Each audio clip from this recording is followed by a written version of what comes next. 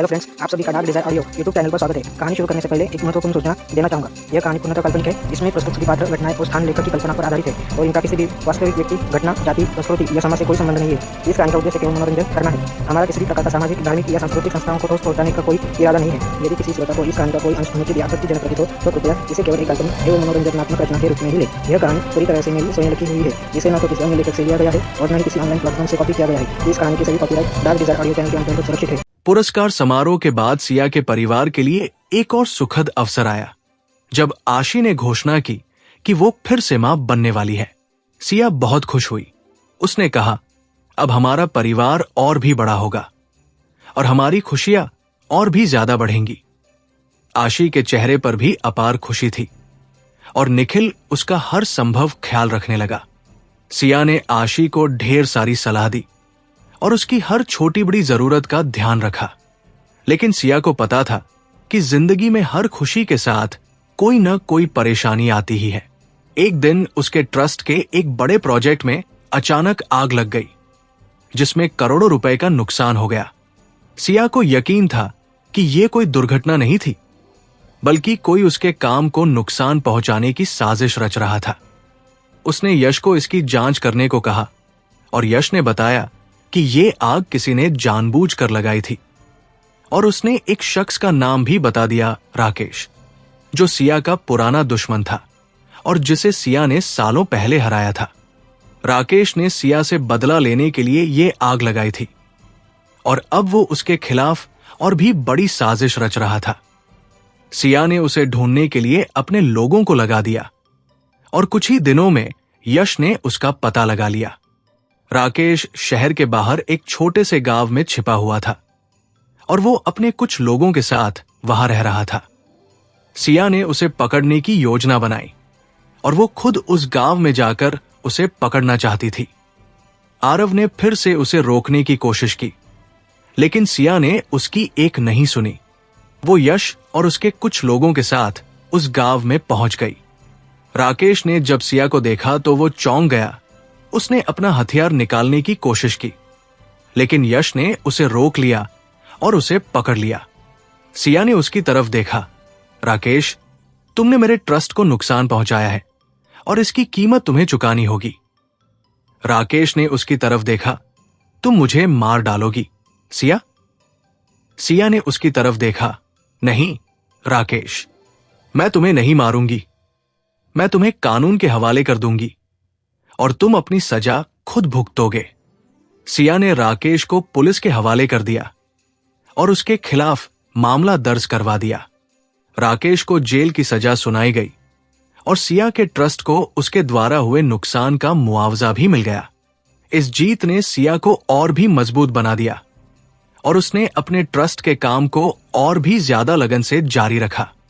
इस बीच आशी ने एक खूबसूरत बेटे को जन्म दिया। सिया ने उसका नाम रखा वीर। वीर के जन्म ने सिया के घर में वो रौनक भर दी थी जो कुछ दिनों के लिए कम हो गई थी।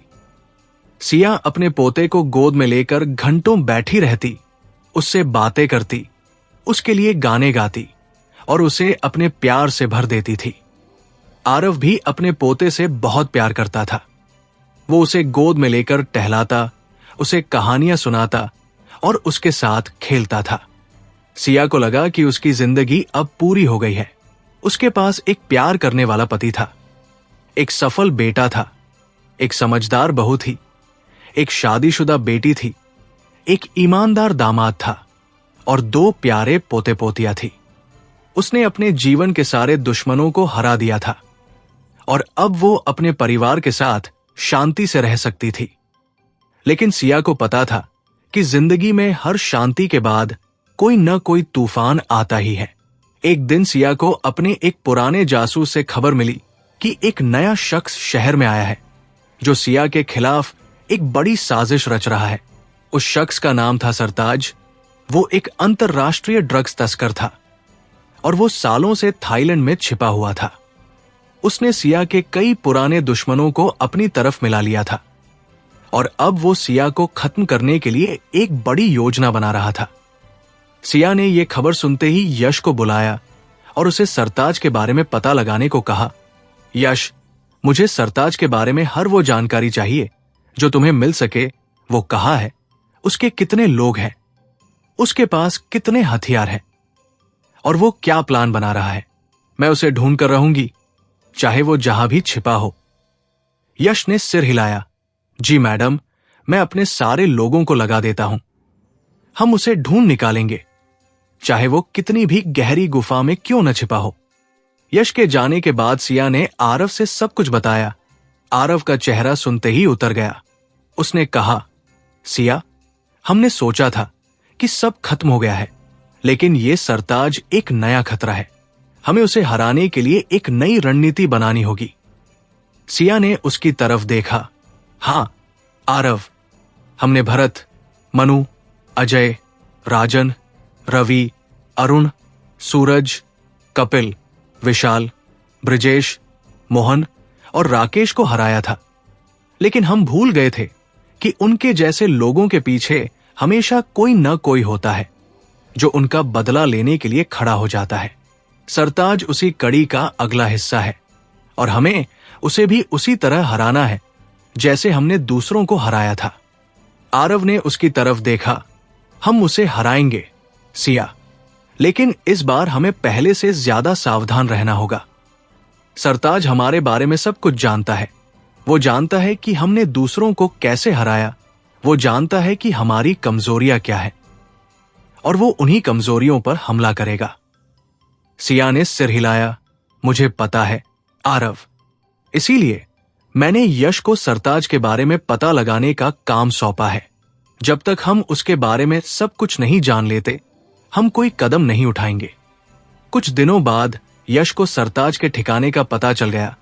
वो शहर के बाहर एक बड़े से होटल में रह रहा था और उसके साथ उसके लगभग 200 लोग थे जो उसके बेहद करीबी और वफादार थे।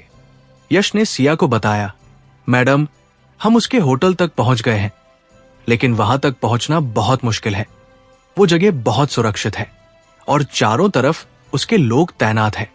अगर हमने सीधा हमला किया तो वो हमें पहले ही देख लेंगे और हम पर हमला कर देंगे। सिया ने सोचा, फिर बोली, हमें कोई दूसरा रास्ता ढूंढना होगा। यश, कोई ऐसा रास्ता जिसके बारे में उन्हें पता न हो। तुम अपने लोगों को उस होटल के चारों तरफ लगा दो और देखो कि कहीं से कोई दूसरा रास्ता मिलता है या नहीं।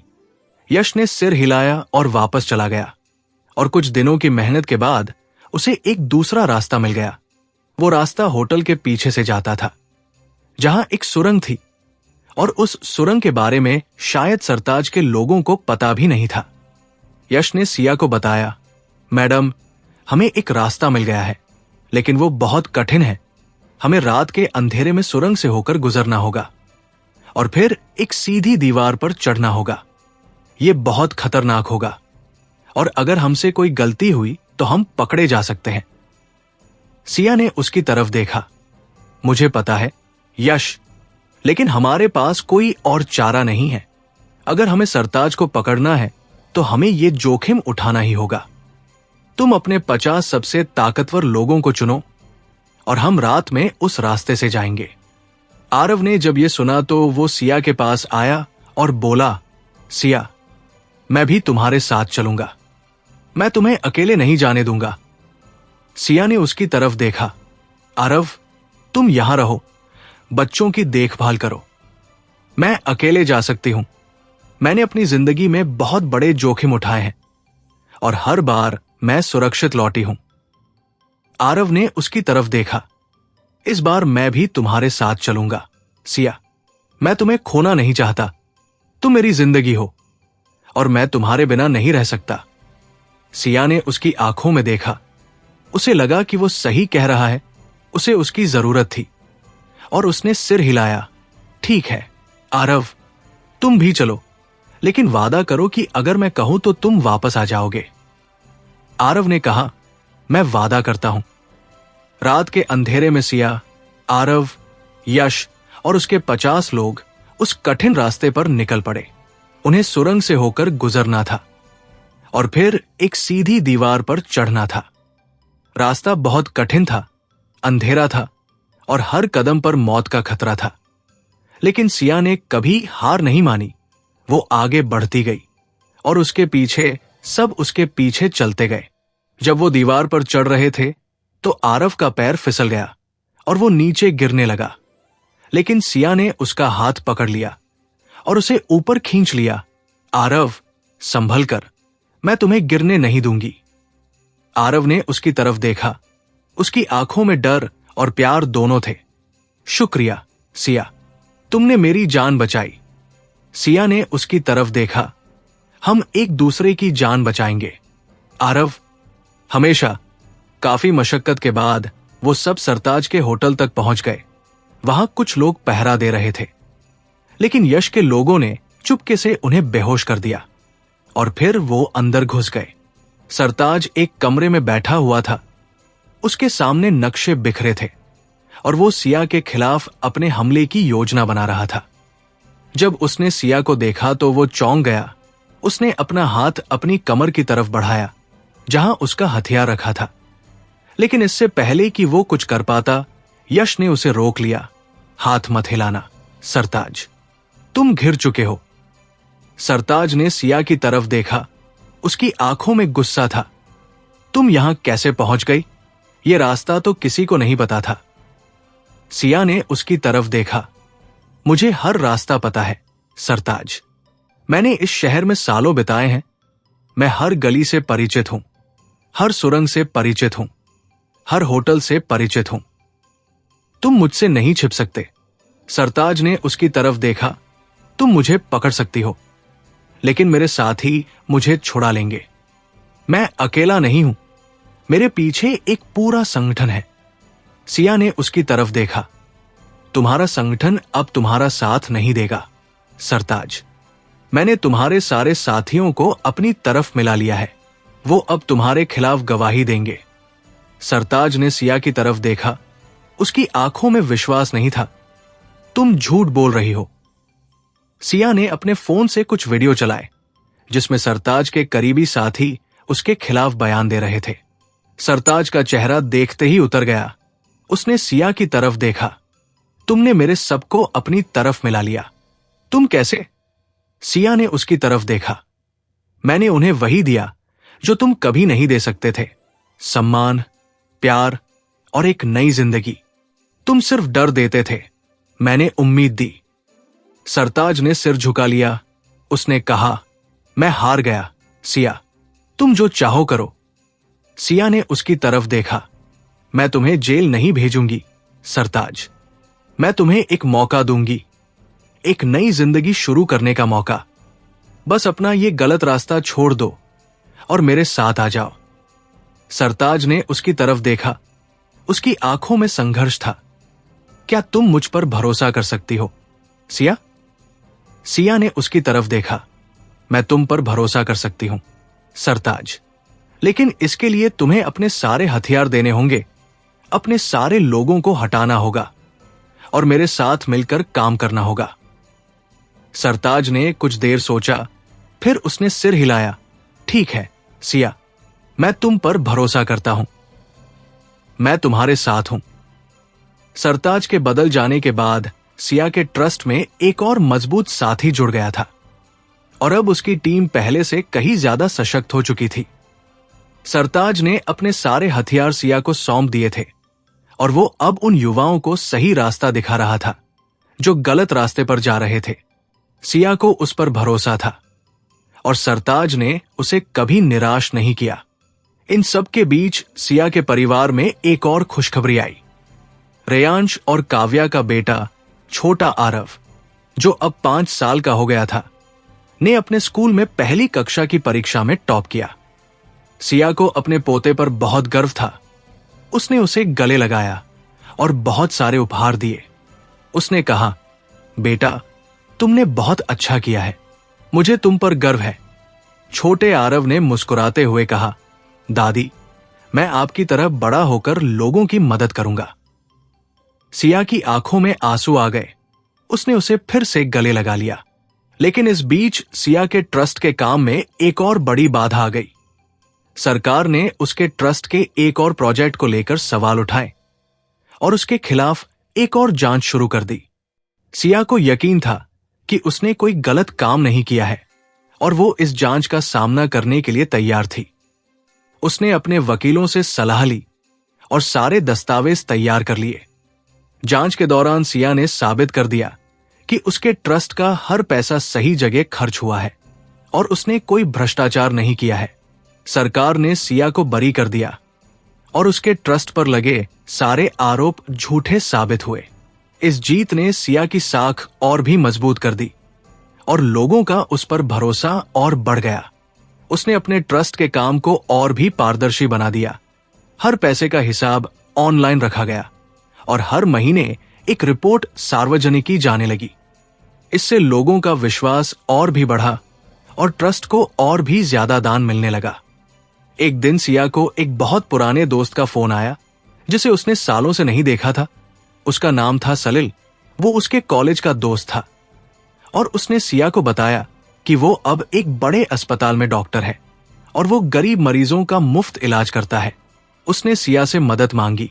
सिया, मैं जानता हूं कि तुमने अपनी जिंदगी बदल दी है और अब तुम समाज सेवा के कामों में लगी हुई हो। मैं चाहता हूं कि तुम मेरे इस अस्पताल की मदद करो ताकि हम और ज्यादा गरीब मरीजों का इलाज कर सकें। सिया ने उसकी बात सुनी और तुरंत मदद करने का वादा किया। सलिल, तुम चिंता मत करो, मैं तुम्हारी हर संभव मदद करूंगी। तुम बस अपने मरीजों का इलाज करो, बाकी का इंतजाम मैं कर दूंगी। सिया ने सलिल के अस्पताल के लिए भारी मात्रा में दान दिया। उसने नए उपकरण खरीदे, नए वार्ड बनवाए और कई डॉक्टरों और नर्सों को नियुक्त किया। सलिल बहुत खुश हुआ।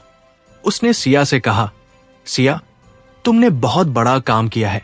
तुम्हारी वजह से अब हम सैकड़ों गरीब मरीजों का इलाज कर सकेंगे जो पहले इलाज के अभाव में मर जाते थे। सिया ने उसकी तरफ देखा। सलिल, मैं अपनी जिंदगी में बहुत सारी गलतियां कर चुकी हूं। अब मैं चाहती हूं कि मैं अपनी बची हुई जिंदगी दूसरों की मदद में लगाऊं। तुमने मुझे यह मौका दिया, इसके लिए शुक्रिया। सिया के इन कामों से उसकी पहचान और भी बढ़ गई थी। लोग अब उसे एक समाज सेवी के रूप में जानने लगे थे। वो उसकी तारीफ करते थे, उसके कामों की सराहना करते थे और उसे एक मिसाल के तौर पर देखते थे। लेकिन सिया इन सब से दूर थी। वो अपने काम में लगी हुई थी, बिना किसी नाम और पहचान के, बस दूसरों की मदद करने के जज्बे के साथ।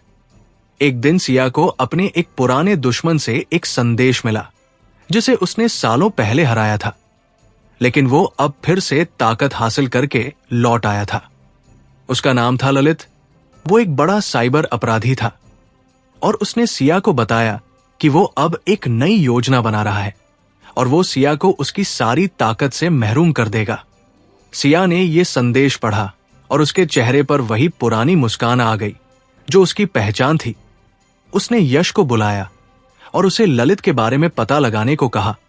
यश, मुझे ललित के बारे में हर वो जानकारी चाहिए जो तुम्हें मिल सके। वो कहाँ है, उसके कितने लोग हैं, उसके पास कितने पैसे हैं और वो क्या प्लान बना रहा है। मैं उसे ढूंढ कर रहूंगी, चाहे वो जहां भी छिपा हो। यश ने सिर हिलाया।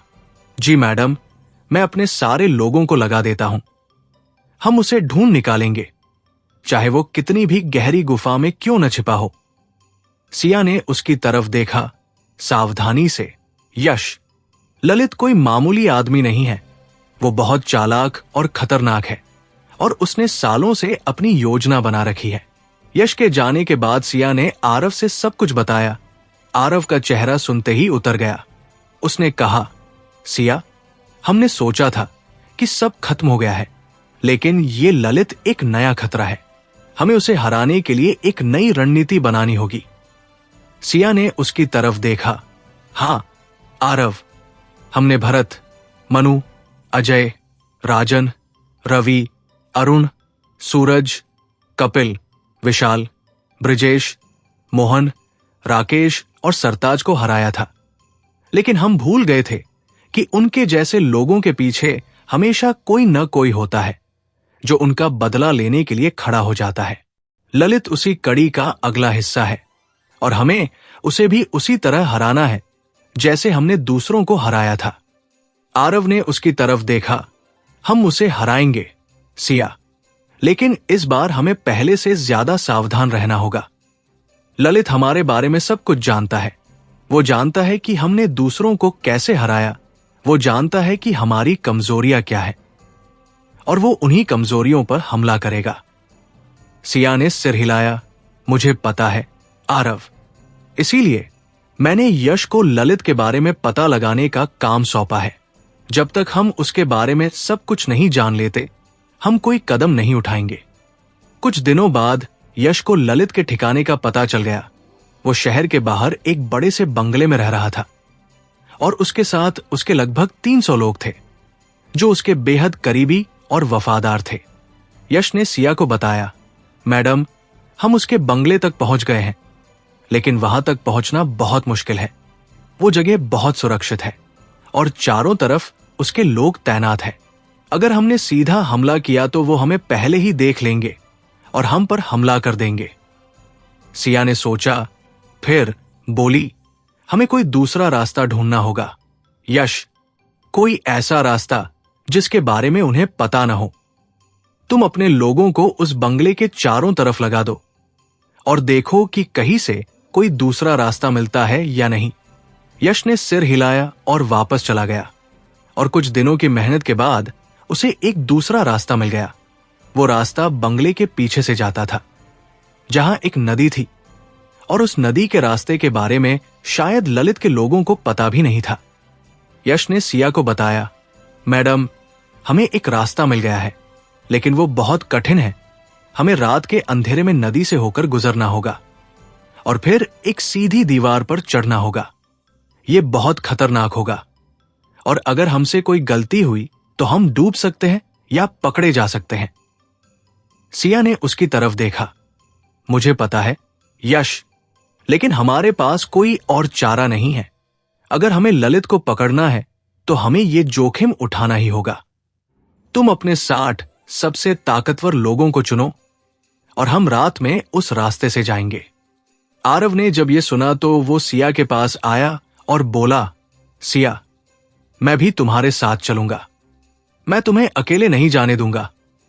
सिया ने उसकी तरफ देखा। आरव, तुम यहां रहो, बच्चों की देखभाल करो। मैं अकेले जा सकती हूं। मैंने अपनी जिंदगी में बहुत बड़े जोखिम उठाए हैं और हर बार मैं सुरक्षित लौटी हूं। आरव ने उसकी तरफ देखा। इस बार मैं भी तुम्हारे साथ चलूंगा। सिया, मैं तुम्हें खोना नहीं चाहता। तुम मेरी जिंदगी हो और मैं तुम्हारे बिना नहीं रह सकता। सिया ने उसकी आंखों में देखा। उसे लगा कि वो सही कह रहा है। उसे उसकी जरूरत थी और उसने सिर हिलाया। ठीक है आरव, तुम भी चलो, लेकिन वादा करो कि अगर मैं कहूं तो तुम वापस आ जाओगे। आरव ने कहा, मैं वादा करता हूं।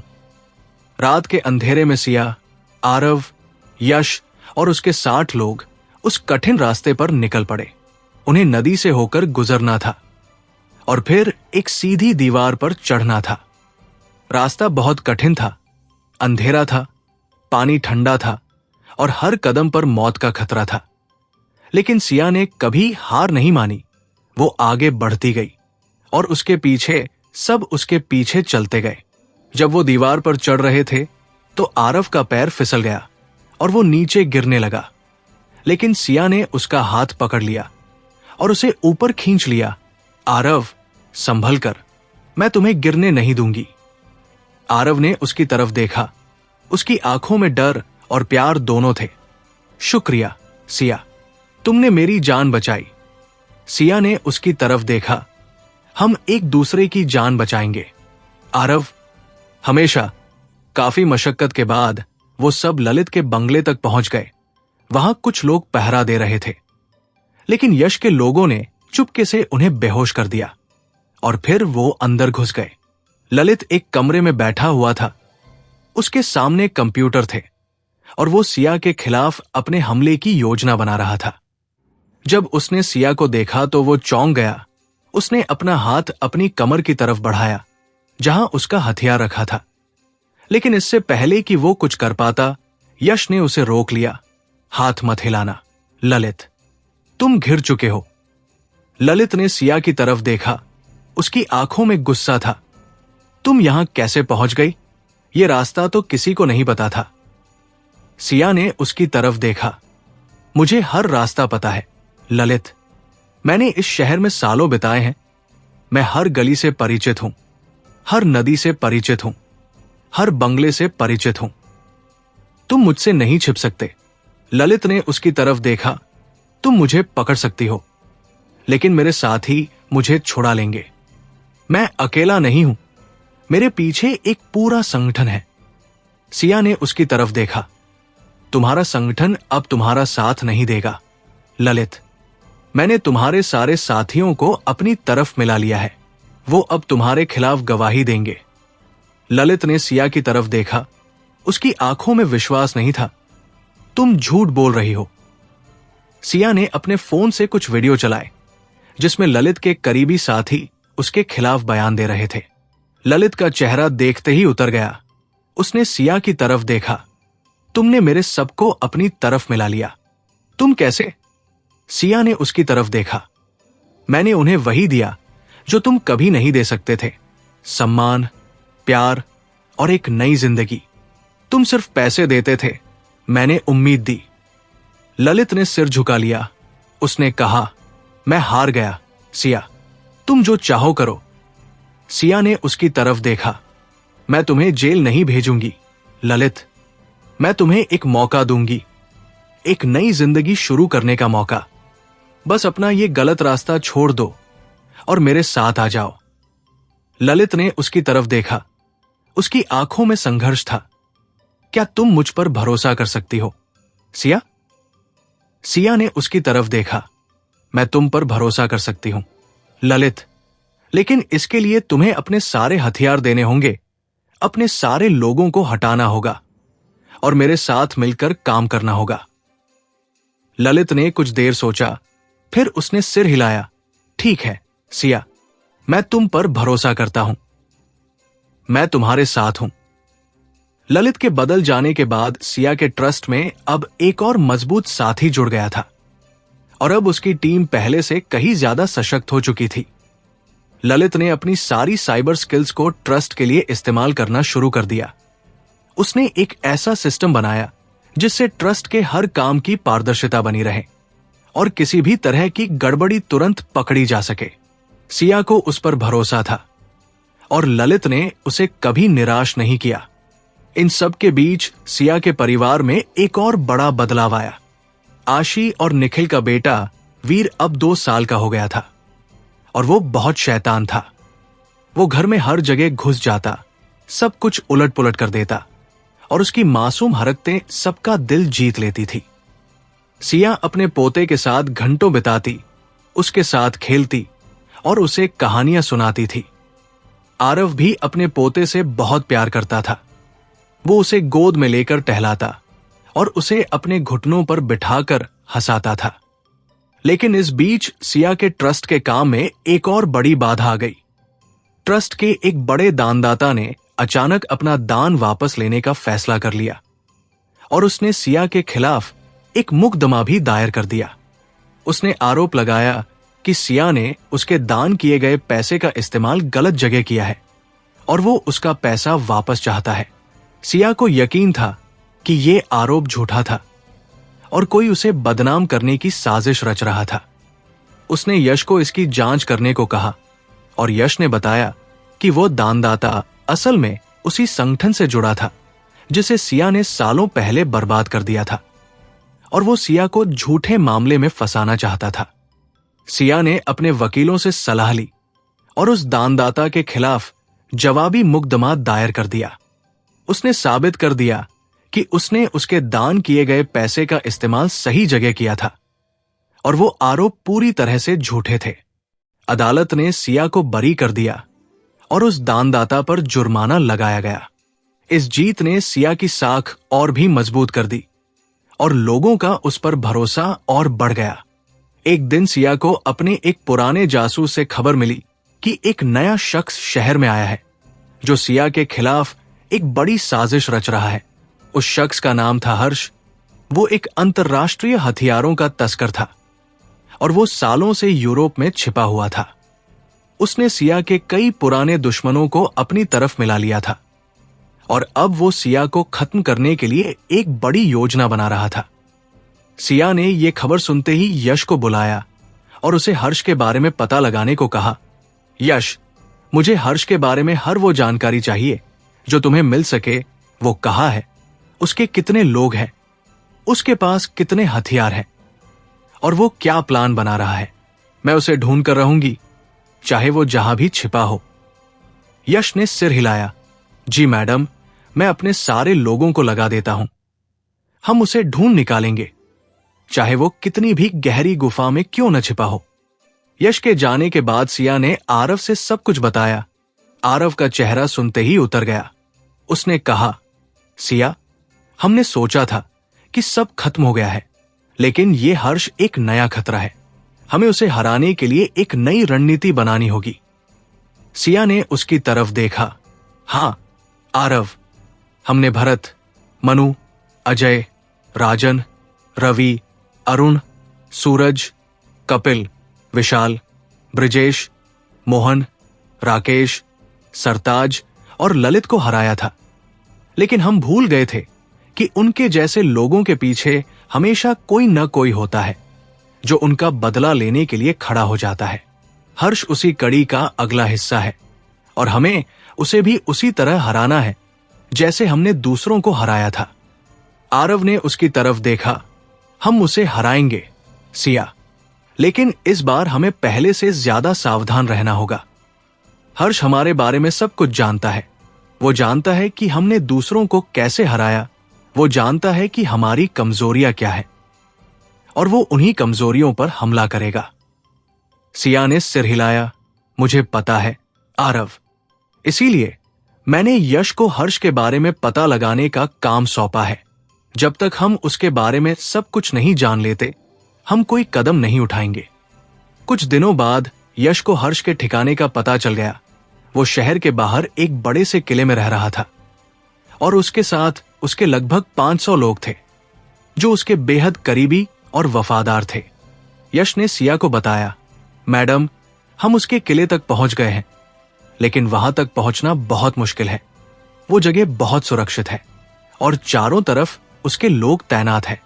अगर हमने सीधा हमला किया तो वो हमें पहले ही देख लेंगे और हम पर हमला कर देंगे। सिया ने सोचा, फिर बोली, हमें कोई दूसरा रास्ता ढूंढना होगा। यश, कोई ऐसा रास्ता जिसके बारे में उन्हें पता ना हो। तुम अपने लोगों को उस किले के चारों तरफ लगा दो और देखो कि कहीं से कोई दूसरा रास्ता मिलता है या नहीं। यश ने सिर हिलाया और वापस चला गया और कुछ दिनों की मेहनत के बाद उसे एक दूसरा रास्ता मिल गया। वो रास्ता किले के पीछे से जाता था, जहां एक सुरंग थी और उस सुरंग के बारे में शायद हर्ष के लोगों को पता भी नहीं था। यश ने सिया को बताया, मैडम, हमें एक रास्ता मिल गया है, लेकिन वो बहुत कठिन है। हमें रात के अंधेरे में सुरंग से होकर गुजरना होगा और फिर एक सीधी दीवार पर चढ़ना होगा। ये बहुत खतरनाक होगा और अगर हमसे कोई गलती हुई तो हम पकड़े जा सकते हैं। सिया ने उसकी तरफ देखा। मुझे पता है यश, लेकिन हमारे पास कोई और चारा नहीं है।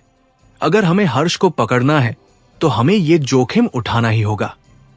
तुम अपने 70 सबसे ताकतवर लोगों को चुनो और हम रात में उस रास्ते से जाएंगे। आरव ने जब यह सुना तो वो सिया के पास आया और बोला, सिया, मैं भी तुम्हारे साथ चलूंगा। मैं तुम्हें अकेले नहीं जाने दूंगा। सिया ने उसकी तरफ देखा। आरव, तुम यहां रहो, बच्चों की देखभाल करो। मैं अकेले जा सकती हूं। मैंने अपनी जिंदगी में बहुत बड़े जोखिम उठाए हैं और हर बार मैं सुरक्षित लौटी हूं।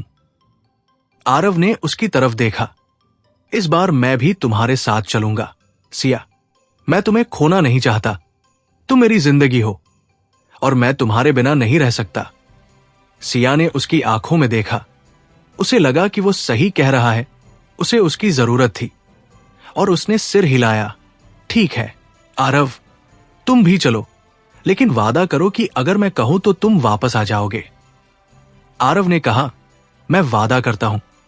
रात के अंधेरे में सिया, आरव, यश और उसके 70 लोग उस कठिन रास्ते पर निकल पड़े। उन्हें सुरंग से होकर गुजरना था और फिर एक सीधी दीवार पर चढ़ना था। रास्ता बहुत कठिन था, अंधेरा था और हर कदम पर मौत का खतरा था।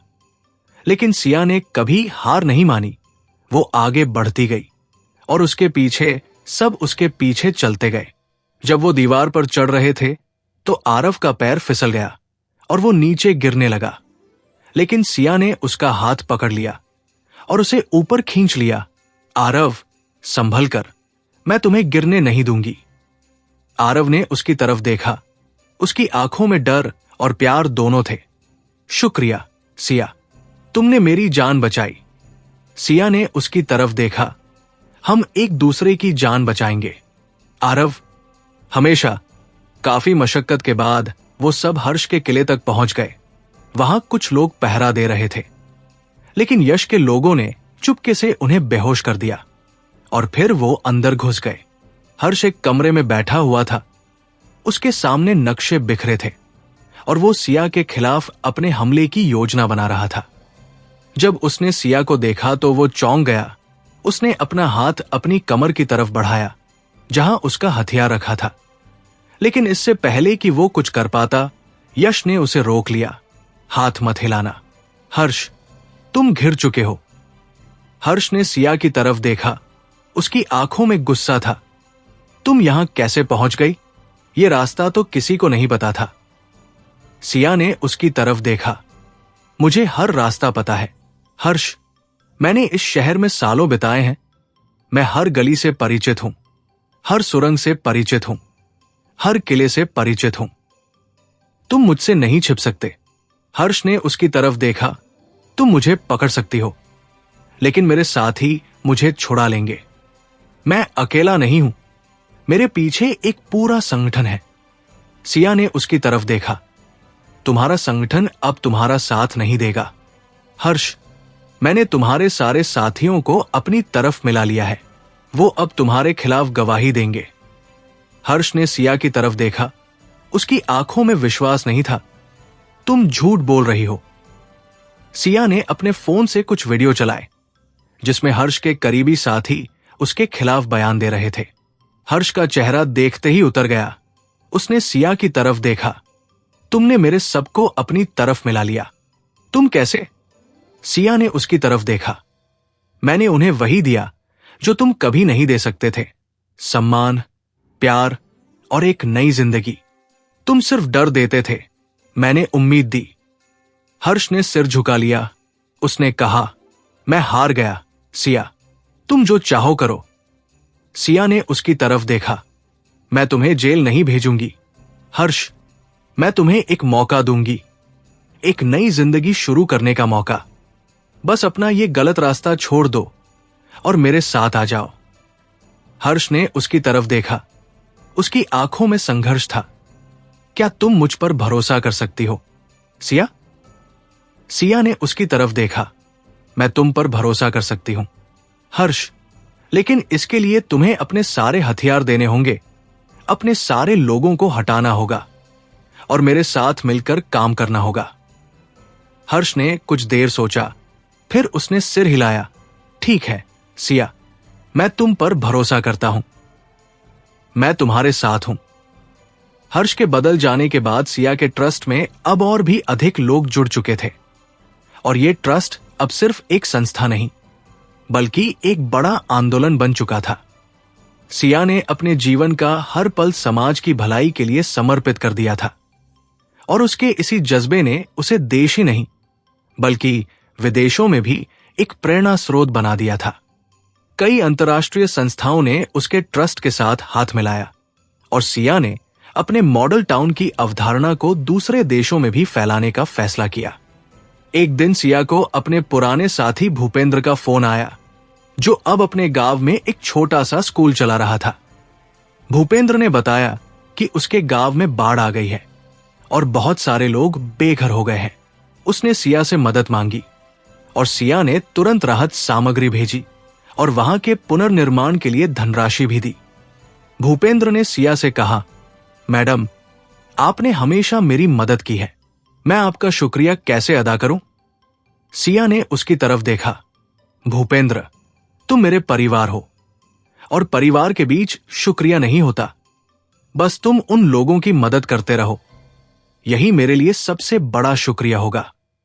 इस बीच सिया के परिवार में एक और खुशखबरी आई। रेयांश और काव्या के जुड़वा बच्चे, जिनका नाम सिया ने आरव और सिया रखा था, अब स्कूल जाने लगे थे। दोनों बच्चे बहुत होशियार थे और उन्होंने अपनी कक्षा में टॉप किया। सिया को अपने पोते पोतियों पर बहुत गर्व था और उसने उन्हें बहुत सारे उपहार दिए। उसने कहा, बेटा, तुम दोनों ने बहुत अच्छा किया है, मुझे तुम पर गर्व है।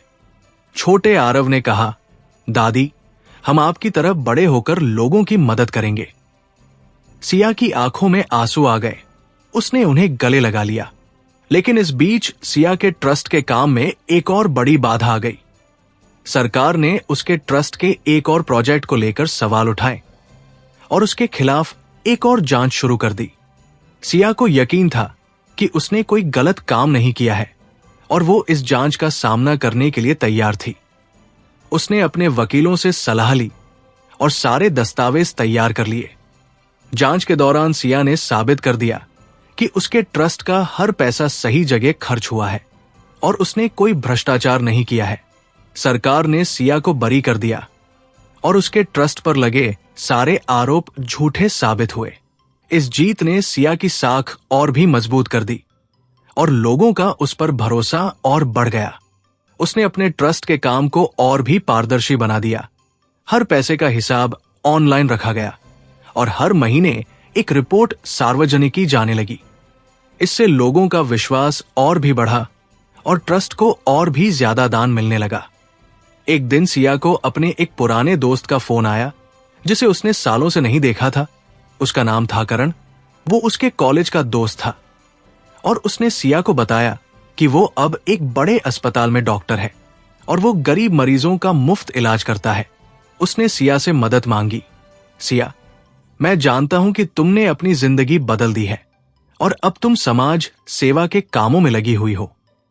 मैं चाहता हूं कि तुम मेरे इस अस्पताल की मदद करो ताकि हम और ज्यादा गरीब मरीजों का इलाज कर सकें। सिया ने उसकी बात सुनी और तुरंत मदद करने का वादा किया।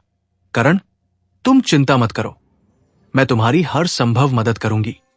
तुम बस अपने मरीजों का इलाज करो, बाकी का इंतजाम मैं कर दूंगी। सिया ने करण के अस्पताल के लिए भारी मात्रा में दान दिया। उसने नए उपकरण खरीदे, नए वार्ड बनवाए और कई डॉक्टरों और नर्सों को नियुक्त किया। करण बहुत खुश हुआ। उसने सिया से कहा, सिया, तुमने बहुत बड़ा काम किया है। तुम्हारी वजह से अब हम सैकड़ों गरीब मरीजों का इलाज कर सकेंगे जो पहले इलाज के अभाव में मर जाते थे। सिया ने उसकी तरफ देखा। करण, मैं अपनी जिंदगी में बहुत सारी गलतियां कर चुकी हूं। अब मैं चाहती हूं कि मैं अपनी बची हुई जिंदगी दूसरों की मदद में लगाऊं। तुमने मुझे यह मौका दिया, इसके लिए शुक्रिया। सिया के इन कामों से उसकी पहचान और भी बढ़ गई थी। लोग अब उसे एक समाज सेवी के रूप में जानने लगे थे। वो उसकी तारीफ करते थे, उसके कामों की सराहना करते थे और उसे एक मिसाल के तौर पर देखते थे। लेकिन सिया इन सब से दूर थी। वो अपने काम में लगी हुई थी, बिना किसी नाम और पहचान के, बस दूसरों की मदद करने के जज्बे के साथ। एक दिन सिया को अपने एक पुराने जासूस से खबर मिली कि एक नया शख्स शहर में आया है जो सिया के खिलाफ एक बड़ी साजिश रच रहा है। उस शख्स का नाम था नवीन। वो एक अंतरराष्ट्रीय ड्रग्स तस्कर था और वो सालों से दक्षिण अमेरिका में छिपा हुआ था। उसने सिया के कई पुराने दुश्मनों को अपनी तरफ मिला लिया था और अब वो सिया को खत्म करने के लिए एक बड़ी योजना बना रहा था। सिया ने यह खबर सुनते ही यश को बुलाया और उसे नवीन के बारे में पता लगाने को कहा। यश, मुझे नवीन के बारे में हर वो जानकारी चाहिए जो तुम्हें मिल सके। वो कहाँ है, उसके कितने लोग हैं, उसके पास कितने हथियार हैं और वो क्या प्लान बना रहा है। मैं उसे ढूंढ कर रहूंगी, चाहे वो जहां भी छिपा हो। यश ने सिर हिलाया। जी मैडम, मैं अपने सारे लोगों को लगा देता हूं। हम उसे ढूंढ निकालेंगे, चाहे वो कितनी भी गहरी गुफा में क्यों न छिपा हो। सिया ने उसकी तरफ देखा, सावधानी से। यश, नवीन कोई मामूली आदमी नहीं है। वो बहुत चालाक और खतरनाक है और उसने सालों से अपनी योजना बना रखी है। यश के जाने के बाद सिया ने आरव से सब कुछ बताया। आरव का चेहरा सुनते ही उतर गया। उसने कहा, सिया, हमने सोचा था कि सब खत्म हो गया है, लेकिन ये नवीन एक नया खतरा है। हमें उसे हराने के लिए एक नई रणनीति बनानी होगी। सिया ने उसकी तरफ देखा। हाँ आरव, हमने भरत, मनु, अजय, राजन, रवि, अरुण, सूरज, कपिल, विशाल, ब्रिजेश, मोहन, राकेश, सरताज, ललित और हर्ष को हराया था। लेकिन हम भूल गए थे कि उनके जैसे लोगों के पीछे हमेशा कोई न कोई होता है जो उनका बदला लेने के लिए खड़ा हो जाता है।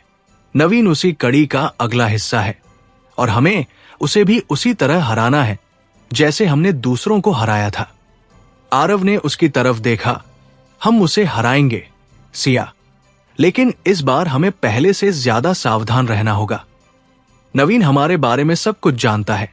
वो जानता है कि हमने दूसरों को कैसे हराया। वो जानता है कि हमारी कमजोरियां क्या है और वो उन्हीं कमजोरियों पर हमला करेगा। सिया ने सिर हिलाया। मुझे पता है आरव, इसीलिए मैंने यश को नवीन के बारे में पता लगाने का काम सौंपा है। जब तक हम उसके बारे में सब कुछ नहीं जान लेते, हम कोई कदम नहीं उठाएंगे।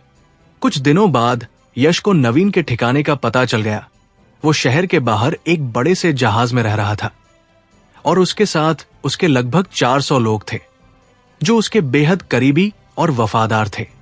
यश ने सिया को बताया, मैडम, हम उसके जहाज तक पहुंच गए हैं, लेकिन वहां तक पहुंचना बहुत मुश्किल है। वो जगह बहुत सुरक्षित है और चारों तरफ उसके लोग तैनात हैं। अगर हमने सीधा हमला किया तो वो हमें पहले ही देख लेंगे और हम पर हमला कर देंगे। सिया ने सोचा, फिर बोली, हमें कोई दूसरा रास्ता ढूंढना होगा। यश, कोई ऐसा रास्ता जिसके बारे में उन्हें पता न हो।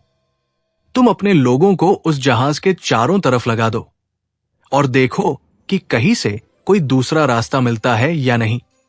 यश ने सिर हिलाया और वापस चला गया और कुछ दिनों की मेहनत के बाद उसे एक दूसरा रास्ता मिल गया। वो रास्ता जहाज के नीचे से जाता था, जहां एक छोटी सी नाव थी और उस नाव के रास्ते के बारे में शायद नवीन के लोगों को पता भी नहीं था।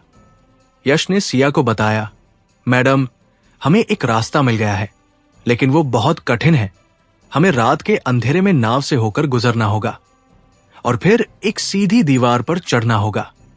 ये बहुत खतरनाक होगा और अगर हमसे कोई गलती हुई तो हम डूब सकते हैं या पकड़े जा सकते हैं। सिया ने उसकी तरफ देखा। मुझे पता है यश, लेकिन हमारे पास कोई और चारा नहीं है। अगर हमें नवीन को पकड़ना है तो हमें ये जोखिम उठाना ही होगा।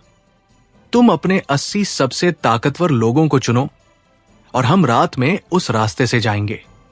आरव ने जब ये सुना तो वो सिया के पास आया और बोला, सिया, मैं भी तुम्हारे साथ चलूंगा। मैं तुम्हें अकेले नहीं जाने दूंगा। सिया ने उसकी तरफ देखा। आरव, तुम यहां रहो, बच्चों की देखभाल करो। मैं अकेले जा सकती हूं। मैंने अपनी जिंदगी में बहुत बड़े जोखिम उठाए हैं और हर बार मैं सुरक्षित लौटी हूं। आरव ने उसकी तरफ देखा। इस बार मैं भी तुम्हारे साथ चलूंगा। सिया, मैं तुम्हें खोना नहीं चाहता। तुम मेरी जिंदगी हो और मैं तुम्हारे बिना नहीं रह सकता। सिया ने उसकी आंखों में देखा। उसे लगा कि वो सही कह रहा है। उसे उसकी जरूरत थी और उसने सिर हिलाया। ठीक है आरव, तुम भी चलो, लेकिन वादा करो कि अगर मैं कहूं तो तुम वापस आ जाओगे। आरव ने कहा, मैं वादा करता हूं। रात के अंधेरे में सिया, आरव, यश और उसके 80 लोग उस कठिन रास्ते पर निकल पड़े। उन्हें नाव से होकर गुजरना था और फिर एक सीधी दीवार पर चढ़ना था। रास्ता बहुत कठिन था, अंधेरा था और हर कदम पर मौत का खतरा था। लेकिन सिया ने कभी हार नहीं मानी। वो आगे बढ़ती गई और उसके पीछे सब उसके पीछे चलते गए।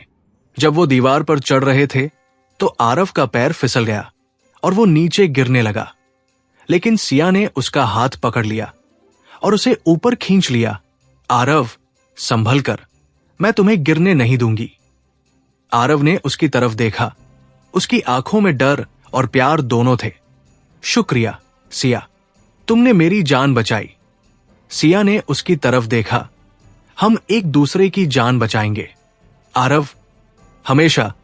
काफी मशक्कत के बाद वो सब नवीन के जहाज तक पहुंच गए।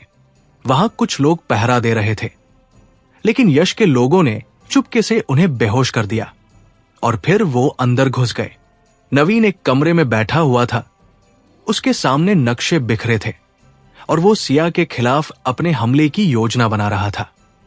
जब उसने सिया को देखा तो वो चौंक गया। उसने अपना हाथ अपनी कमर की तरफ बढ़ाया जहां उसका हथियार रखा था, लेकिन इससे पहले कि वो कुछ कर पाता, यश ने उसे रोक लिया। हाथ मत हिलाना नवीन, तुम घिर चुके हो। नवीन ने सिया की तरफ देखा। उसकी आंखों में गुस्सा था। तुम यहां कैसे पहुंच गई? ये रास्ता तो किसी को नहीं पता था। सिया ने उसकी तरफ देखा। मुझे हर रास्ता पता है नवीन, मैंने इस शहर में सालों बिताए हैं। मैं हर गली से परिचित हूं, हर नाव से परिचित हूं, हर जहाज से परिचित हूं। तुम मुझसे नहीं छिप सकते। नवीन ने उसकी तरफ देखा। तुम मुझे पकड़ सकती हो, लेकिन मेरे साथी मुझे छुड़ा लेंगे। मैं अकेला नहीं हूं, मेरे पीछे एक पूरा संगठन है। सिया ने उसकी तरफ देखा। तुम्हारा संगठन अब तुम्हारा साथ नहीं देगा नवीन। मैंने तुम्हारे सारे साथियों को अपनी तरफ मिला लिया है। वो अब तुम्हारे खिलाफ गवाही देंगे। नवीन ने सिया की तरफ देखा। उसकी आंखों में विश्वास नहीं था। तुम झूठ बोल रही हो। सिया ने अपने फोन से कुछ वीडियो चलाए जिसमें नवीन के करीबी साथी उसके खिलाफ बयान दे रहे थे। नवीन का चेहरा देखते ही उतर गया। उसने सिया की तरफ देखा। तुमने मेरे सबको अपनी तरफ मिला लिया। तुम कैसे? सिया ने उसकी तरफ देखा। मैंने उन्हें वही दिया जो तुम कभी नहीं दे सकते थे, सम्मान, प्यार और एक नई जिंदगी। तुम सिर्फ डर देते थे, मैंने उम्मीद दी। नवीन ने सिर झुका लिया। उसने कहा, मैं हार गया सिया, तुम जो चाहो करो। सिया ने उसकी तरफ देखा। मैं तुम्हें जेल नहीं भेजूंगी नवीन, मैं तुम्हें एक मौका दूंगी, एक नई जिंदगी शुरू करने का मौका। बस अपना ये गलत रास्ता छोड़ दो और मेरे साथ आ जाओ। नवीन ने उसकी तरफ देखा। उसकी आंखों में संघर्ष था। क्या तुम मुझ पर भरोसा कर सकती हो सिया? सिया ने उसकी तरफ देखा। मैं तुम पर भरोसा कर सकती हूं नवीन, लेकिन इसके लिए तुम्हें अपने सारे हथियार देने होंगे, अपने सारे लोगों को हटाना होगा और मेरे साथ मिलकर काम करना होगा। नवीन ने कुछ देर सोचा, फिर उसने सिर हिलाया। ठीक है सिया, मैं तुम पर भरोसा करता हूं, मैं तुम्हारे साथ हूं। नवीन के बदल जाने के बाद सिया के ट्रस्ट में अब और भी अधिक लोग जुड़ चुके थे और यह ट्रस्ट अब सिर्फ एक संस्था नहीं बल्कि एक बड़ा आंदोलन बन चुका था। सिया ने अपने जीवन का हर पल समाज की भलाई के लिए समर्पित कर दिया था और उसके इसी जज्बे ने उसे देश ही नहीं बल्कि विदेशों में भी एक प्रेरणा स्रोत बना दिया था। कई अंतर्राष्ट्रीय संस्थाओं ने उसके ट्रस्ट के साथ हाथ मिलाया और सिया ने अपने मॉडल टाउन की अवधारणा को दूसरे देशों में भी फैलाने का फैसला किया। लेकिन सबसे बड़ी बात यह थी कि सिया को अब अपने परिवार से वो प्यार और समर्थन मिल रहा था जिसकी उसे हमेशा कमी थी। उसके पोते पोतिया, बच्चे और उसके पति आरव सब उसके साथ थे। रेयांश ने ट्रस्ट की कमान संभाली थी। आशी ने अपने पति निखिल के साथ मिलकर नारी सुरक्षा योजना को आगे बढ़ाया था और काव्या ने शिक्षा और स्वास्थ्य के क्षेत्र में क्रांतिकारी बदलाव लाए थे। सिया का परिवार अब एक मिसाल बन चुका था। एक दिन सिया को एक बहुत ही दुखद खबर मिली। उसके पुराने साथी रणधीर, जो उसके चाचा थे, की तबीयत बहुत खराब हो गई थी। वो लंबे समय से बीमार चल रहे थे और अब उनकी हालत नाजुक थी। सिया तुरंत अस्पताल पहुंची। उसने रणधीर को बिस्तर पर पड़ा देखा। उसका चेहरा पीला पड़ गया था। उसके हाथ पतले हो गए थे, सिया ने उसका हाथ पकड़ लिया। चाचा जी, आप हिम्मत मत हारो, मैं तुम्हारे साथ हूं, आप ठीक हो जाओगे। रणधीर ने उसकी तरफ देखा। उसकी आंखों में आंसू थे। बेटा, मैंने अपनी जिंदगी में बहुत गलतियां की हैं, लेकिन तुमने मुझे माफ कर दिया। तुमने मुझे अपने परिवार में जगह दी। मैं इसके लिए हमेशा तुम्हारा शुक्रगुजार रहूंगा। सिया ने उसकी तरफ देखा। चाचा जी, आप मेरे परिवार हैं और मैं अपने परिवार का ख्याल रखूंगी। आप बस हिम्मत रखो, सब ठीक हो जाएगा। कुछ दिनों के इलाज के बाद रणधीर ठीक हो गए और उन्होंने सिया से वादा किया कि वो बाकी की जिंदगी लोगों की मदद में लगाएंगे। सिया ने उनकी तरफ देखा। मुझे तुम पर भरोसा है चाचा जी, तुम एक अच्छे इंसान हो। बस तुम भटक गए थे, अब तुम सही रास्ते पर आ गए हो और मुझे यकीन है कि तुम एक बेहतर जिंदगी जियोगे। रणधीर ने सिया के पैर छुए। बेटा, तुमने मेरी जान बचाई, मैं हमेशा तुम्हारा शुक्रगुजार रहूंगा। रणधीर के ठीक होने के बाद सिया ने अपने परिवार के साथ एक छोटी सी छुट्टी मनाने का फैसला किया। वो सब एक पहाड़ी स्टेशन पर गए, जहां का मौसम बहुत सुहावना था। हरी भरी पहाड़ियां थी, झरने थे और हर तरफ शांति थी। सिया ने अपने परिवार के साथ इतना समय बिताया, बिना किसी टेंशन के, बिना किसी डर के। वो अपने पोते पोतियों के साथ खेली, उन्हें कहानियां सुनाई और उन्हें अपने प्यार से भर दिया। उसने आरव से कहा, आरव, देखो कैसे हमारा परिवार बढ़ रहा है और कैसे हम सब एक दूसरे के साथ खुश हैं। यही वो जिंदगी है जो मैं हमेशा से चाहती थी। आरव ने उसकी तरफ देखा। ये सब तुम्हारी मेहनत का फल है सिया। तुमने हमें एक साथ रखा और तुमने हमें ये खुशी दी।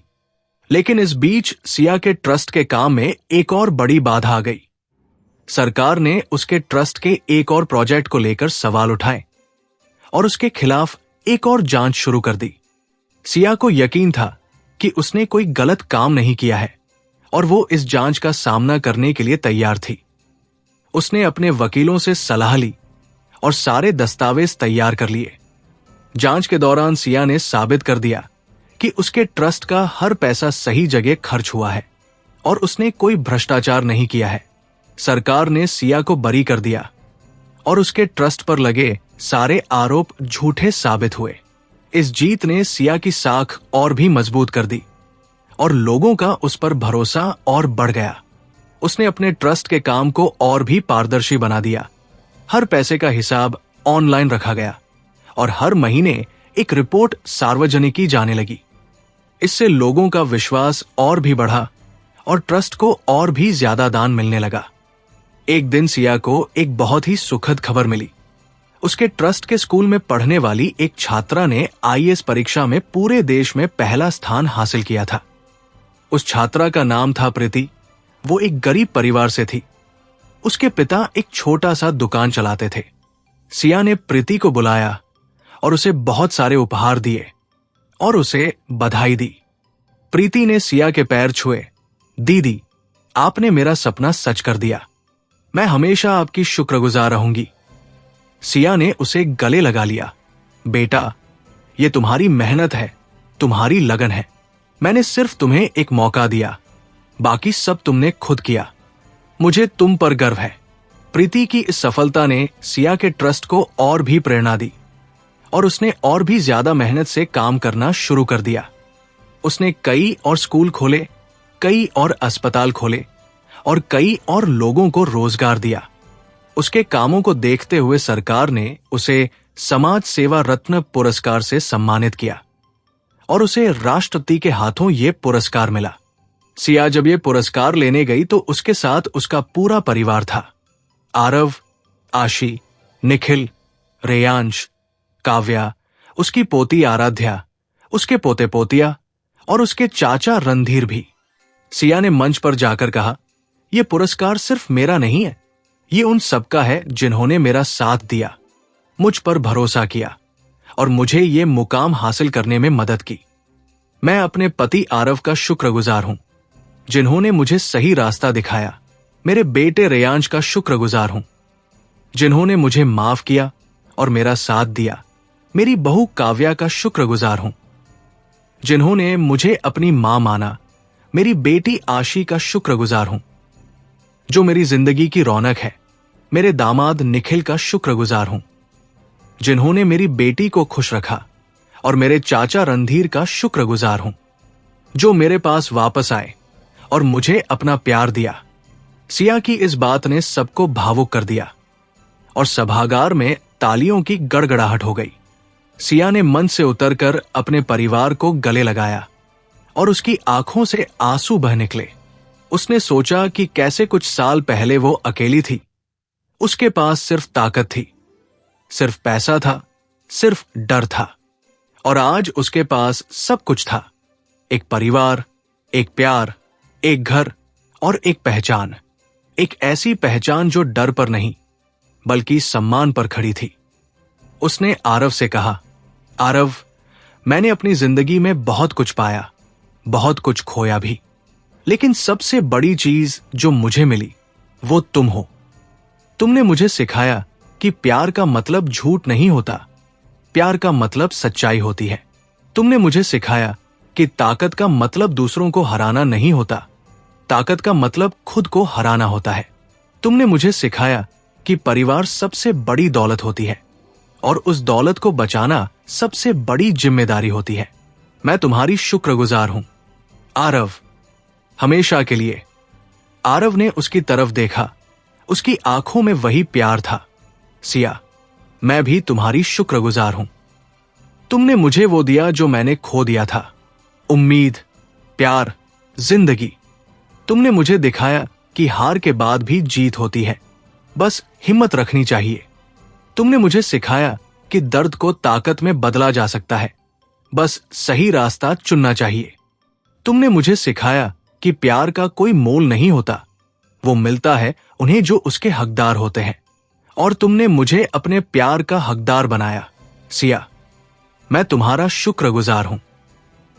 पुरस्कार समारोह के बाद सिया के घर में एक बार फिर वही शांति लौट आई थी, जो कुछ दिनों के लिए गायब हो गई थी। लेकिन इस बार उस शांति में एक नया एहसास भी था, एक संतोष कि उसने अपने जीवन के सभी लक्ष्य हासिल कर लिए थे। उसने अपने ट्रस्ट की कमान रेयांश को सौंप दी थी और अब वो अपना ज्यादातर समय अपने परिवार के साथ बिताती थी। उसके पोते पोतिया, बच्चे और उसके पति आरव सब उसके साथ थे। सिया को लगा कि उसकी जिंदगी अब पूरी हो गई है और उसे और कुछ नहीं चाहिए। एक दिन सिया को अपने एक पुराने दोस्त का फोन आया, जिसे उसने सालों से नहीं देखा था। उसका नाम था विवेक। वो उसके बचपन का दोस्त था और उसने सिया को बताया कि वो अब एक बड़े उद्योगपति बन चुका है और वो सिया के काम से बहुत प्रभावित है। उसने सिया से मिलने की इच्छा जताई और सिया ने उसे अपने घर बुला लिया। विवेक जब सिया के घर आया तो वो उसके बदलाव को देखकर हैरान रह गया। उसने कहा, सिया, तुम बहुत बदल गई हो। मैंने तुम्हें आखिरी बार तब देखा था जब तुम अंडरवर्ल्ड की मलिका थी और आज तुम एक समाज सेवी हो। मुझे तुम पर गर्व है। सिया ने उसकी तरफ देखा। विवेक, हर इंसान बदल सकता है, बस उसे बदलने की इच्छा होनी चाहिए। मैंने बदलने की कोशिश की और आज मैं जो हूं उसी का नतीजा है। विवेक ने सिया से कहा, सिया, मैं तुम्हारे ट्रस्ट को बहुत बड़ी रकम दान करना चाहता हूं, बिना किसी शर्त के। मैं चाहता हूं कि तुम अपने काम को और भी आगे बढ़ाओ और भी ज्यादा लोगों की मदद करो। सिया ने उसकी तरफ देखा। विवेक, तुम सच कह रहे हो? तुम बिना किसी शर्त के इतना बड़ा दान देना चाहते हो? विवेक ने सिर हिलाया। हां सिया, मैंने अपनी जिंदगी में बहुत पैसा कमाया है, लेकिन आज मुझे लगता है कि पैसे का असली मतलब तो तुम दिखा रही हो, दूसरों की मदद करके। मैं भी इस काम में तुम्हारा साथ देना चाहता हूं। सिया ने उसकी तरफ देखा। शुक्रिया विवेक, तुमने मुझे बहुत खुश किया।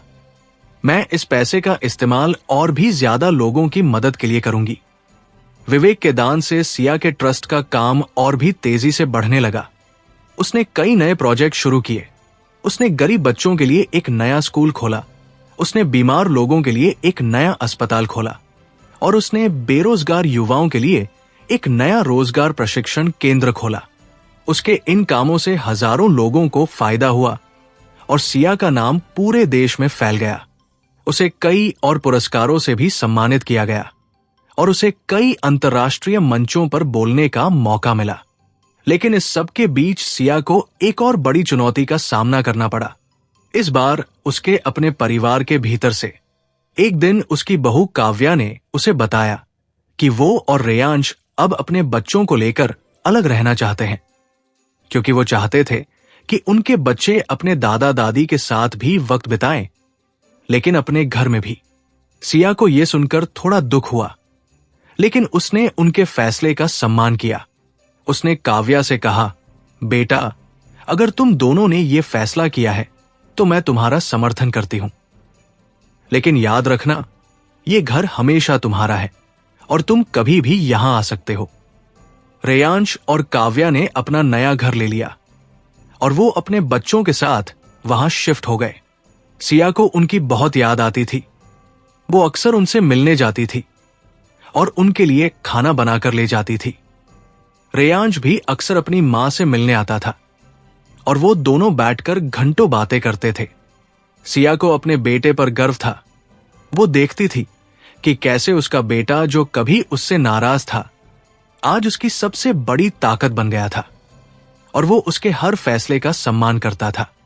एक दिन सिया को अपने एक पुराने जासूस से खबर मिली कि एक नया शख्स शहर में आया है जो सिया के खिलाफ एक बड़ी साजिश रच रहा है। उस शख्स का नाम था अरविंद। वो एक अंतर्राष्ट्रीय आतंकी था और वो सालों से पाकिस्तान में छिपा हुआ था। उसने सिया के कई पुराने दुश्मनों को अपनी तरफ मिला लिया था और अब वो सिया को खत्म करने के लिए एक बड़ी योजना बना रहा था। सिया ने यह खबर सुनते ही यश को बुलाया और उसे अरविंद के बारे में पता लगाने को कहा। यश, मुझे अरविंद के बारे में हर वो जानकारी चाहिए जो तुम्हें मिल सके। वो कहाँ है, उसके कितने लोग हैं, उसके पास कितने हथियार हैं और वो क्या प्लान बना रहा है। मैं उसे ढूंढ कर रहूंगी, चाहे वो जहां भी छिपा हो। यश ने सिर हिलाया। जी मैडम, मैं अपने सारे लोगों को लगा देता हूं। हम उसे ढूंढ निकालेंगे, चाहे वो कितनी भी गहरी गुफा में क्यों न छिपा हो। यश के जाने के बाद सिया ने आरव से सब कुछ बताया। आरव का चेहरा सुनते ही उतर गया। उसने कहा, सिया, हमने सोचा था कि सब खत्म हो गया है, लेकिन ये अरविंद एक नया खतरा है। हमें उसे हराने के लिए एक नई रणनीति बनानी होगी। सिया ने उसकी तरफ देखा।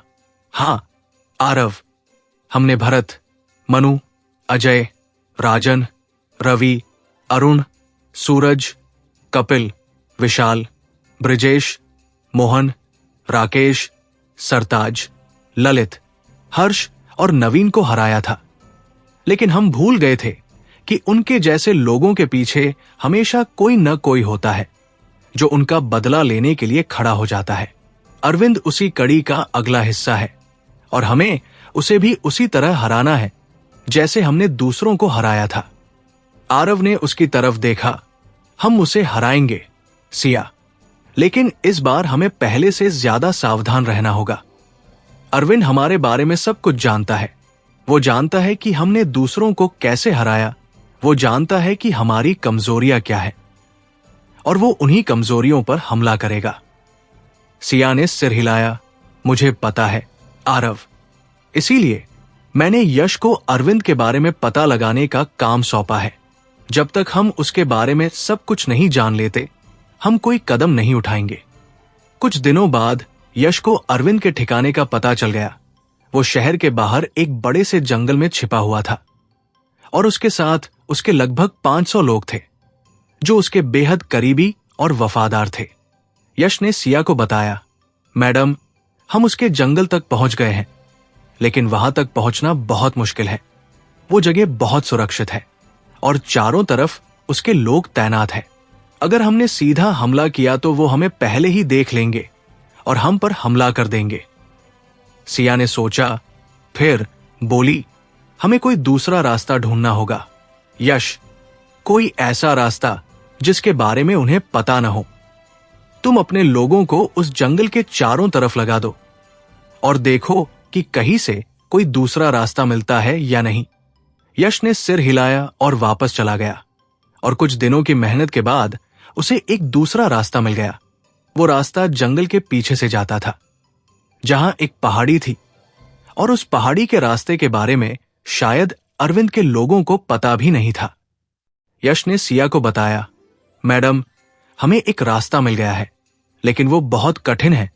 हमें रात के अंधेरे में पहाड़ी से होकर गुजरना होगा और फिर एक सीधी दीवार पर चढ़ना होगा। ये बहुत खतरनाक होगा, और अगर हमसे कोई गलती हुई तो हम गिर सकते हैं या पकड़े जा सकते हैं। सिया ने उसकी तरफ देखा। मुझे पता है यश, लेकिन हमारे पास कोई और चारा नहीं है। अगर हमें अरविंद को पकड़ना है तो हमें यह जोखिम उठाना ही होगा। तुम अपने सबसे ताकतवर लोगों को चुनो और हम रात में उस रास्ते से जाएंगे। आरव ने जब यह सुना तो वो सिया के पास आया और बोला, सिया, मैं भी तुम्हारे साथ चलूंगा। मैं तुम्हें अकेले नहीं जाने दूंगा। सिया ने उसकी तरफ देखा। आरव, तुम यहां रहो, बच्चों की देखभाल करो। मैं अकेले जा सकती हूं। मैंने अपनी जिंदगी में बहुत बड़े जोखिम उठाए हैं और हर बार मैं सुरक्षित लौटी हूं। आरव ने उसकी तरफ देखा। इस बार मैं भी तुम्हारे साथ चलूंगा। सिया, मैं तुम्हें खोना नहीं चाहता। तुम मेरी जिंदगी हो और मैं तुम्हारे बिना नहीं रह सकता। सिया ने उसकी आंखों में देखा। उसे लगा कि वो सही कह रहा है। उसे उसकी जरूरत थी और उसने सिर हिलाया। ठीक है आरव, तुम भी चलो, लेकिन वादा करो कि अगर मैं कहूं तो तुम वापस आ जाओगे। आरव ने कहा, मैं वादा करता हूं। रात के अंधेरे में सिया, आरव, यश और उसके 100 लोग उस कठिन रास्ते पर निकल पड़े। उन्हें पहाड़ी से होकर गुजरना था और फिर एक सीधी दीवार पर चढ़ना था। रास्ता बहुत कठिन था, अंधेरा था और हर कदम पर मौत का खतरा था, लेकिन सिया ने कभी हार नहीं मानी। वो आगे बढ़ती गई और उसके पीछे सब उसके पीछे चलते गए। जब वो दीवार पर चढ़ रहे थे तो आरव का पैर फिसल गया और वो नीचे गिरने लगा, लेकिन सिया ने उसका हाथ पकड़ लिया और उसे ऊपर खींच लिया। आरव, संभल कर, मैं तुम्हें गिरने नहीं दूंगी। आरव ने उसकी तरफ देखा। उसकी आंखों में डर और प्यार दोनों थे। शुक्रिया सिया, तुमने मेरी जान बचाई। सिया ने उसकी तरफ देखा। हम एक दूसरे की जान बचाएंगे। आरव, हमेशा। काफी मशक्कत के बाद वो सब अरविंद के जंगल तक पहुंच गए। वहां कुछ लोग पहरा दे रहे थे, लेकिन यश के लोगों ने चुपके से उन्हें बेहोश कर दिया और फिर वो अंदर घुस गए। अरविंद एक कमरे में बैठा हुआ था। उसके सामने नक्शे बिखरे थे और वो सिया के खिलाफ अपने हमले की योजना बना रहा था। जब उसने सिया को देखा तो वो चौंक गया। उसने अपना हाथ अपनी कमर की तरफ बढ़ाया, जहां उसका हथियार रखा था, लेकिन इससे पहले कि वो कुछ कर पाता, यश ने उसे रोक लिया। हाथ मत हिलाना। अरविंद, तुम घिर चुके हो। अरविंद ने सिया की तरफ देखा। उसकी आंखों में गुस्सा था। तुम यहां कैसे पहुंच गई? ये रास्ता तो किसी को नहीं पता था। सिया ने उसकी तरफ देखा। मुझे हर रास्ता पता है अरविंद। मैंने इस शहर में सालों बिताए हैं। मैं हर गली से परिचित हूं, हर पहाड़ी से परिचित हूं, हर जंगल से परिचित हूं। तुम मुझसे नहीं छिप सकते। अरविंद ने उसकी तरफ देखा। तुम मुझे पकड़ सकती हो, लेकिन मेरे साथी मुझे छुड़ा लेंगे। मैं अकेला नहीं हूं, मेरे पीछे एक पूरा संगठन है। सिया ने उसकी तरफ देखा। तुम्हारा संगठन अब तुम्हारा साथ नहीं देगा अरविंद। मैंने तुम्हारे सारे साथियों को अपनी तरफ मिला लिया है। वो अब तुम्हारे खिलाफ गवाही देंगे। अरविंद ने सिया की तरफ देखा। उसकी आंखों में विश्वास नहीं था। तुम झूठ बोल रही हो। सिया ने अपने फोन से कुछ वीडियो चलाए, जिसमें अरविंद के करीबी साथी उसके खिलाफ बयान दे रहे थे। अरविंद का चेहरा देखते ही उतर गया। उसने सिया की तरफ देखा। तुमने मेरे सबको अपनी तरफ मिला लिया। तुम कैसे? सिया ने उसकी तरफ देखा। मैंने उन्हें वही दिया जो तुम कभी नहीं दे सकते थे, सम्मान, प्यार और एक नई जिंदगी। तुम सिर्फ डर देते थे, मैंने उम्मीद दी। अरविंद ने सिर झुका लिया। उसने कहा, मैं हार गया सिया, तुम जो चाहो करो। सिया ने उसकी तरफ देखा। मैं तुम्हें जेल नहीं भेजूंगी अरविंद, मैं तुम्हें एक मौका दूंगी, एक नई जिंदगी शुरू करने का मौका। बस अपना ये गलत रास्ता छोड़ दो और मेरे साथ आ जाओ। अरविंद ने उसकी तरफ देखा। उसकी आंखों में संघर्ष था। क्या तुम मुझ पर भरोसा कर सकती हो सिया? सिया ने उसकी तरफ देखा। मैं तुम पर भरोसा कर सकती हूं अरविंद, लेकिन इसके लिए तुम्हें अपने सारे हथियार देने होंगे, अपने सारे लोगों को हटाना होगा और मेरे साथ मिलकर काम करना होगा। अरविंद ने कुछ देर सोचा, फिर उसने सिर हिलाया। ठीक है सिया, मैं तुम पर भरोसा करता हूं, मैं तुम्हारे साथ हूं। अरविंद के बदल जाने के बाद सिया के ट्रस्ट में अब और भी अधिक लोग जुड़ चुके थे और यह ट्रस्ट अब सिर्फ एक संस्था नहीं बल्कि एक बड़ा आंदोलन बन चुका था। सिया ने अपने जीवन का हर पल समाज की भलाई के लिए समर्पित कर दिया था और उसके इसी जज्बे ने उसे देश ही नहीं बल्कि विदेशों में भी एक प्रेरणा स्रोत बना दिया था। कई अंतर्राष्ट्रीय संस्थाओं ने उसके ट्रस्ट के साथ हाथ मिलाया और सिया ने अपने मॉडल टाउन की अवधारणा को दूसरे देशों में भी फैलाने का फैसला किया। इस बीच सिया के परिवार में एक और खुशखबरी आई। आशी और निखिल का बेटा वीर अब 5 साल का हो गया था और वो अपने स्कूल में बहुत होशियार था। उसने अपनी कक्षा में पहला स्थान हासिल किया था और सिया को अपने पोते पर बहुत गर्व था। उसने वीर को गले लगाया और बहुत सारे उपहार दिए। उसने कहा, बेटा तुमने बहुत अच्छा किया है, मुझे तुम पर गर्व है। वीर ने मुस्कुराते हुए कहा, दादी मैं आपकी तरह बड़ा होकर लोगों की मदद करूंगा। सिया की आंखों में आंसू आ गए। उसने उसे फिर से गले लगा लिया। लेकिन इस बीच सिया के ट्रस्ट के काम में एक और बड़ी बाधा आ गई। सरकार ने उसके ट्रस्ट के एक और प्रोजेक्ट को लेकर सवाल उठाए और उसके खिलाफ एक और जांच शुरू कर दी। सिया को यकीन था कि उसने कोई गलत काम नहीं किया है और वो इस जांच का सामना करने के लिए तैयार थी। उसने अपने वकीलों से सलाह ली और सारे दस्तावेज तैयार कर लिए। जांच के दौरान सिया ने साबित कर दिया कि उसके ट्रस्ट का हर पैसा सही जगह खर्च हुआ है और उसने कोई भ्रष्टाचार नहीं किया है। सरकार ने सिया को बरी कर दिया और उसके ट्रस्ट पर लगे सारे आरोप झूठे साबित हुए। इस जीत ने सिया की साख और भी मजबूत कर दी और लोगों का उस पर भरोसा और बढ़ गया। उसने अपने ट्रस्ट के काम को और भी पारदर्शी बना दिया। हर पैसे का हिसाब ऑनलाइन रखा गया और हर महीने एक रिपोर्ट सार्वजनिक की जाने लगी। इससे लोगों का विश्वास और भी बढ़ा और ट्रस्ट को और भी ज्यादा दान मिलने लगा। एक दिन सिया को एक बहुत ही सुखद खबर मिली। उसके ट्रस्ट के स्कूल में पढ़ने वाले एक छात्र ने इंजीनियरिंग की परीक्षा में पूरे देश में पहला स्थान हासिल किया था। उस छात्र का नाम था आयुष। वो एक गरीब परिवार से था। उसके पिता एक मजदूर थे और उसकी मां घरेलू सहायिका का काम करती थी। सिया ने आयुष को बुलाया और उसे बहुत सारे उपहार दिए और उसे बधाई दी। आयुष ने सिया के पैर छुए। दीदी, आपने मेरा सपना सच कर दिया। मैं हमेशा आपकी शुक्रगुजार रहूंगा। सिया ने उसे गले लगा लिया।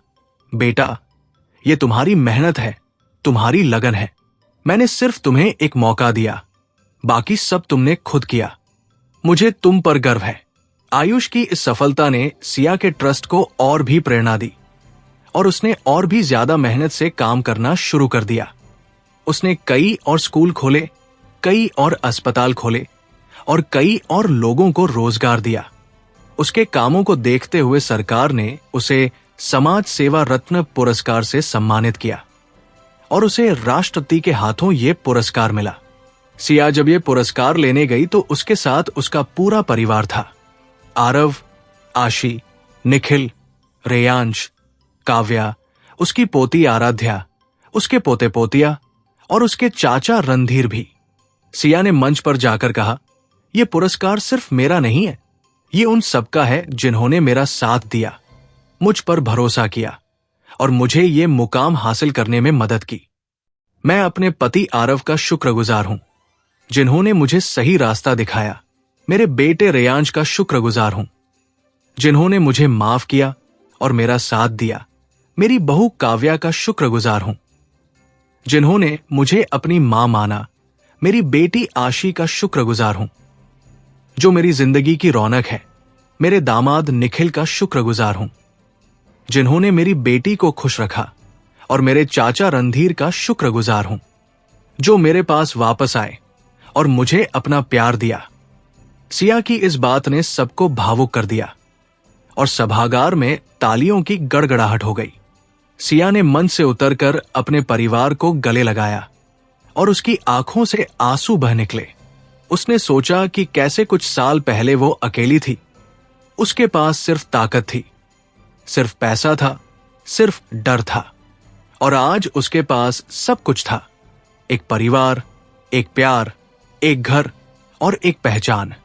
एक ऐसी पहचान जो डर पर नहीं बल्कि सम्मान पर खड़ी थी। एक दिन सिया को अपने एक पुराने दोस्त का फोन आया, जिसे उसने सालों से नहीं देखा था। उसका नाम था रोहित। वो उसके बचपन का दोस्त था और उसने सिया को बताया कि वो अब एक बड़े उद्योगपति बन चुका है और वो सिया के काम से बहुत प्रभावित है। उसने सिया से मिलने की इच्छा जताई और सिया ने उसे अपने घर बुला लिया। रोहित जब सिया के घर आया तो वो उसके बदलाव को देखकर हैरान रह गया। उसने कहा, सिया, तुम बहुत बदल गई हो। मैंने तुम्हें आखिरी बार तब देखा था जब तुम अंडरवर्ल्ड की मलिका थी और आज तुम एक समाज सेवी हो। मुझे तुम पर गर्व है। सिया ने उसकी तरफ देखा। रोहित, हर इंसान बदल सकता है, बस उसे बदलने की इच्छा होनी चाहिए। मैंने बदलने की कोशिश की और आज मैं जो हूं उसी का नतीजा है। रोहित ने सिया से कहा, सिया, मैं तुम्हारे ट्रस्ट को बहुत बड़ी रकम दान करना चाहता हूं, बिना किसी शर्त के। मैं चाहता हूं कि तुम अपने काम को और भी आगे बढ़ाओ और भी ज्यादा लोगों की मदद करो। सिया ने उसकी तरफ देखा। रोहित, तुम सच कह रहे हो? तुम बिना किसी शर्त के इतना बड़ा दान देना चाहते हो? रोहित ने सिर हिलाया। हां सिया, मैंने अपनी जिंदगी में बहुत पैसा कमाया है, लेकिन आज मुझे लगता है कि पैसे का असली मतलब तो तुम दिखा रही हो, दूसरों की मदद करके। मैं भी इस काम में तुम्हारा साथ देना चाहता हूं। सिया ने उसकी तरफ देखा। शुक्रिया रोहित, तुमने मुझे बहुत खुश किया। मैं इस पैसे का इस्तेमाल और भी ज्यादा लोगों की मदद के लिए करूंगी। रोहित के दान से सिया के ट्रस्ट का काम और भी तेजी से बढ़ने लगा। उसने कई नए प्रोजेक्ट शुरू किए। उसने गरीब बच्चों के लिए एक नया स्कूल खोला, उसने बीमार लोगों के लिए एक नया अस्पताल खोला और उसने बेरोजगार युवाओं के लिए एक नया रोजगार प्रशिक्षण केंद्र खोला। उसके इन कामों से हजारों लोगों को फायदा हुआ और सिया का नाम पूरे देश में फैल गया। उसे कई और पुरस्कारों से भी सम्मानित किया गया और उसे कई अंतर्राष्ट्रीय मंचों पर बोलने का मौका मिला। लेकिन सिया के लिए सबसे बड़ा पुरस्कार उन बच्चों की मुस्कान थी जो उसके स्कूलों में पढ़ते थे, उन मरीजों की दुआएं थी जो उसके अस्पतालों में ठीक होते थे और उन लोगों का प्यार था जिनकी उसने मदद की थी। उसने आरव से कहा, आरव, मैंने अपनी जिंदगी में बहुत कुछ पाया, बहुत कुछ खोया भी, लेकिन सबसे बड़ी चीज जो मुझे मिली वो तुम हो। तुमने मुझे सिखाया कि प्यार का मतलब झूठ नहीं होता, प्यार का मतलब सच्चाई होती है। तुमने मुझे सिखाया कि ताकत का मतलब दूसरों को हराना नहीं होता, ताकत का मतलब खुद को हराना होता है। तुमने मुझे सिखाया कि परिवार सबसे बड़ी दौलत होती है और उस दौलत को बचाना सबसे बड़ी जिम्मेदारी होती है। मैं तुम्हारी शुक्रगुजार हूं आरव, हमेशा के लिए। आरव ने उसकी तरफ देखा। उसकी आंखों में वही प्यार था। सिया, मैं भी तुम्हारी शुक्रगुजार हूं। तुमने मुझे वो दिया जो मैंने खो दिया था, उम्मीद, प्यार, जिंदगी। तुमने मुझे दिखाया कि हार के बाद भी जीत होती है, बस हिम्मत रखनी चाहिए।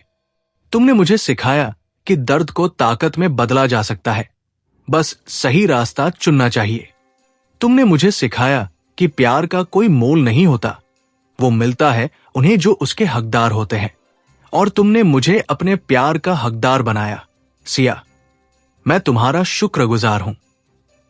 समाज सेवा रत्न पुरस्कार मिलने के बाद सिया का नाम पूरे देश में फैल गया था। लोग उसे एक आदर्श के रूप में देखने लगे थे और उसके ट्रस्ट के काम को सरकारी और गैर सरकारी संस्थाओं से भारी समर्थन मिलने लगा था। लेकिन सिया इन सब से दूर थी। वो अपने काम में लगी हुई थी, बिना किसी नाम और पहचान के, बस दूसरों की मदद करने के जज्बे के साथ। उसने अपने ट्रस्ट के काम को और भी ज्यादा लगन से जारी रखा। उसने कई नए प्रोजेक्ट शुरू किए। उसने गरीब बच्चों के लिए एक नया स्कूल खोला। उसने बीमार लोगों के लिए एक नया अस्पताल खोला और उसने बेरोजगार युवाओं के लिए एक नया रोजगार प्रशिक्षण केंद्र खोला। एक दिन सिया को अपने एक पुराने दोस्त का फोन आया जिसे उसने सालों से नहीं देखा था। उसका नाम था मनोज। वो उसके कॉलेज का दोस्त था और उसने सिया को बताया कि वो अब एक बड़े अस्पताल में डॉक्टर है और वो गरीब मरीजों का मुफ्त इलाज करता है। उसने सिया से मदद मांगी। सिया, मैं जानता हूं कि तुमने अपनी जिंदगी बदल दी है और अब तुम समाज सेवा के कामों में लगी हुई हो। मैं चाहता हूं कि तुम मेरे इस अस्पताल की मदद करो ताकि हम और ज्यादा गरीब मरीजों का इलाज कर सकें। सिया ने उसकी बात सुनी और तुरंत मदद करने का वादा किया। मनोज, तुम चिंता मत करो, मैं तुम्हारी हर संभव मदद करूंगी। तुम बस अपने मरीजों का इलाज करो, बाकी का इंतजाम मैं कर दूंगी। सिया ने मनोज के अस्पताल के लिए भारी मात्रा में दान दिया। उसने नए उपकरण खरीदे, नए वार्ड बनवाए और कई डॉक्टरों और नर्सों को नियुक्त किया। मनोज बहुत खुश हुआ। उसने सिया से कहा, सिया, तुमने बहुत बड़ा काम किया है। तुम्हारी वजह से अब हम सैकड़ों गरीब मरीजों का इलाज कर सकेंगे जो पहले इलाज के अभाव में मर जाते थे। सिया ने उसकी तरफ देखा। मनोज, मैं अपनी जिंदगी में बहुत सारी गलतियां कर चुकी हूं। अब मैं चाहती हूं कि मैं अपनी बची हुई जिंदगी दूसरों की मदद में लगाऊं। तुमने मुझे यह मौका दिया, इसके लिए शुक्रिया। सिया के इन कामों से उसकी पहचान और भी बढ़ गई थी। लोग अब उसे एक समाज सेवी के रूप में जानने लगे थे।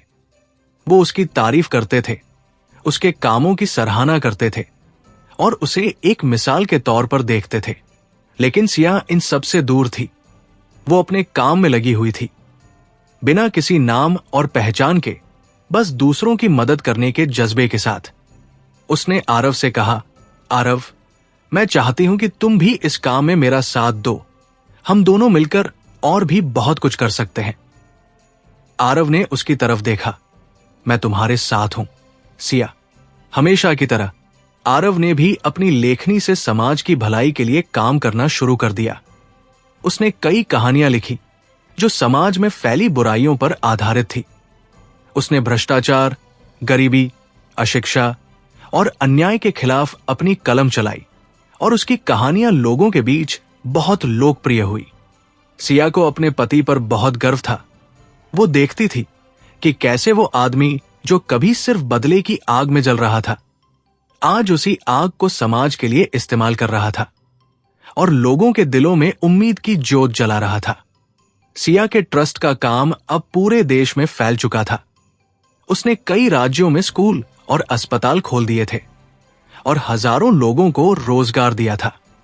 उसके कामों को देखते हुए सरकार ने उसे समाज सेवा रत्न पुरस्कार से सम्मानित किया और उसे राष्ट्रपति के हाथों यह पुरस्कार मिला। सिया जब ये पुरस्कार लेने गई तो उसके साथ उसका पूरा परिवार था। आरव, आशी, निखिल, रेयांश, काव्या, उसकी पोती आराध्या, उसके पोते पोतिया और उसके चाचा रणधीर भी। सिया ने मंच पर जाकर कहा, यह पुरस्कार सिर्फ मेरा नहीं है, ये उन सबका है जिन्होंने मेरा साथ दिया, मुझ पर भरोसा किया और मुझे ये मुकाम हासिल करने में मदद की।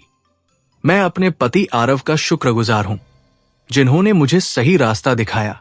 मेरे बेटे रेयांश का शुक्रगुजार हूं जिन्होंने मुझे माफ किया और मेरा साथ दिया। मेरी बहू काव्या का शुक्रगुजार हूं जिन्होंने मुझे अपनी मां माना। मेरी बेटी आशी का शुक्रगुजार हूं जो मेरी जिंदगी की रौनक है। मेरे दामाद निखिल का शुक्रगुजार हूं जिन्होंने मेरी बेटी को खुश रखा और मेरे चाचा रणधीर का शुक्रगुजार हूं, जो मेरे पास वापस आए और मुझे अपना प्यार दिया। सिया की इस बात ने सबको भावुक कर दिया और सभागार में तालियों की गड़गड़ाहट हो गई। सिया ने मंच से उतरकर अपने परिवार को गले लगाया और उसकी आंखों से आंसू बह निकले। उसने सोचा कि कैसे कुछ साल पहले वो अकेली थी। उसके पास सिर्फ ताकत थी, सिर्फ पैसा था, सिर्फ डर था, और आज उसके पास सब कुछ था। एक परिवार, एक प्यार, एक घर और एक पहचान। एक ऐसी पहचान जो डर पर नहीं बल्कि सम्मान पर खड़ी थी। एक दिन सिया को अपने एक पुराने जासूस से खबर मिली कि एक नया शख्स शहर में आया है जो सिया के खिलाफ एक बड़ी साजिश रच रहा है। उस शख्स का नाम था देव। वो एक अंतर्राष्ट्रीय आतंकी था और वो सालों से नेपाल में छिपा हुआ था। उसने सिया के कई पुराने दुश्मनों को अपनी तरफ मिला लिया था और अब वो सिया को खत्म करने के लिए एक बड़ी योजना बना रहा था। सिया ने यह खबर सुनते ही यश को बुलाया और उसे देव के बारे में पता लगाने को कहा। यश, मुझे देव के बारे में हर वो जानकारी चाहिए जो तुम्हें मिल सके। वो कहाँ है, उसके कितने लोग हैं, उसके पास कितने हथियार हैं और वो क्या प्लान बना रहा है। मैं उसे ढूंढ कर रहूंगी, चाहे वो जहां भी छिपा हो। यश ने सिर हिलाया। जी मैडम, मैं अपने सारे लोगों को लगा देता हूं। हम उसे ढूंढ निकालेंगे, चाहे वो कितनी भी गहरी गुफा में क्यों न छिपा हो।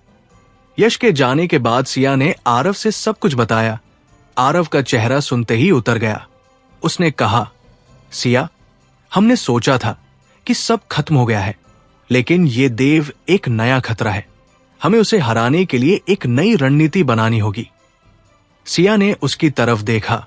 हां आरव, हमने भरत, मनु, अजय, राजन, रवि, अरुण, सूरज, कपिल, विशाल, ब्रिजेश, मोहन, राकेश, सरताज, ललित, हर्ष, नवीन और अरविंद को हराया था।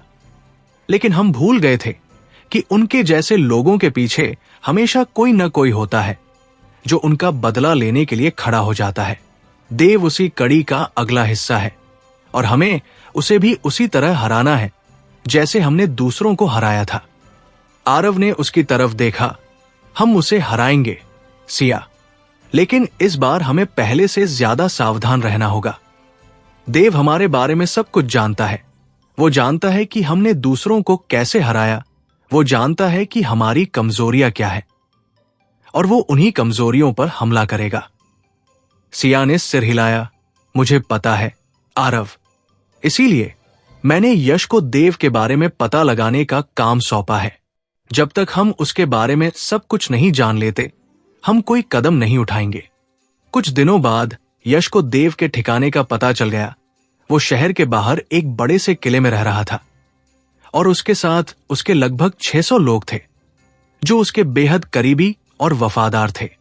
यश ने सिया को बताया, मैडम, हम उसके किले तक पहुंच गए हैं, लेकिन वहां तक पहुंचना बहुत मुश्किल है। वो जगह बहुत सुरक्षित है और चारों तरफ उसके लोग तैनात हैं। अगर हमने सीधा हमला किया तो वो हमें पहले ही देख लेंगे और हम पर हमला कर देंगे। सिया ने सोचा, फिर बोली, हमें कोई दूसरा रास्ता ढूंढना होगा। यश, कोई ऐसा रास्ता जिसके बारे में उन्हें पता न हो।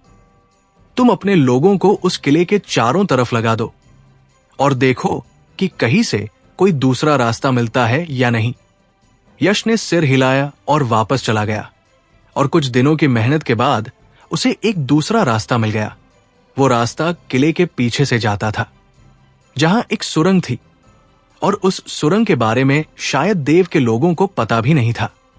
यश ने सिया को बताया, मैडम, हमें एक रास्ता मिल गया है, लेकिन वो बहुत कठिन है। हमें रात के अंधेरे में सुरंग से होकर गुजरना होगा और फिर एक सीधी दीवार पर चढ़ना होगा। ये बहुत खतरनाक होगा और अगर हमसे कोई गलती हुई तो हम पकड़े जा सकते हैं। सिया ने उसकी तरफ देखा। मुझे पता है यश, लेकिन हमारे पास कोई और चारा नहीं है। अगर हमें देव को पकड़ना है तो हमें ये जोखिम उठाना ही होगा। तुम अपने 120 सबसे ताकतवर लोगों को चुनो और हम रात में उस रास्ते से जाएंगे। आरव ने जब ये सुना तो वो सिया के पास आया और बोला, सिया, मैं भी तुम्हारे साथ चलूंगा, मैं तुम्हें अकेले नहीं जाने दूंगा। सिया ने उसकी तरफ देखा। आरव, तुम यहां रहो, बच्चों की देखभाल करो, मैं अकेले जा सकती हूं। मैंने अपनी जिंदगी में बहुत बड़े जोखिम उठाए हैं और हर बार मैं सुरक्षित लौटी हूं। आरव ने उसकी तरफ देखा। इस बार मैं भी तुम्हारे साथ चलूंगा सिया, मैं तुम्हें खोना नहीं चाहता, तुम मेरी जिंदगी हो और मैं तुम्हारे बिना नहीं रह सकता। सिया ने उसकी आंखों में देखा। उसे लगा कि वो सही कह रहा है, उसे उसकी जरूरत थी और उसने सिर हिलाया। ठीक है आरव, तुम भी चलो, लेकिन वादा करो कि अगर मैं कहूं तो तुम वापस आ जाओगे। आरव ने कहा, मैं वादा करता हूं। रात के अंधेरे में सिया, आरव, यश और उसके 120 लोग उस कठिन रास्ते पर निकल पड़े।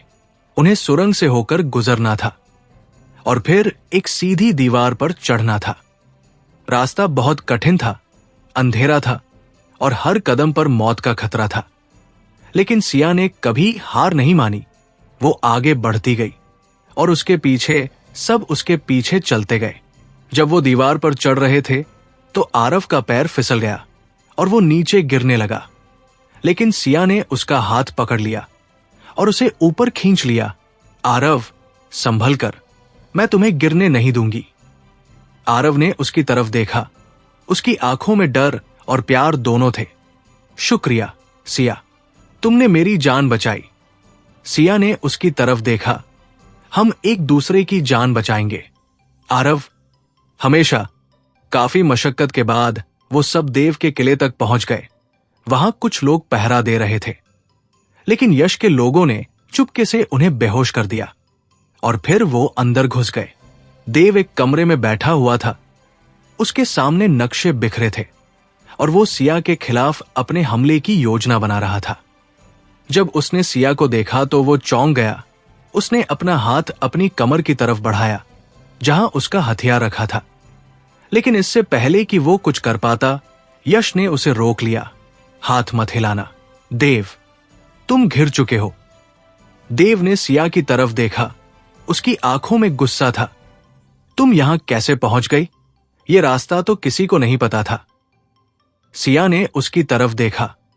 मुझे हर रास्ता पता है देव, मैंने इस शहर में सालों बिताए हैं।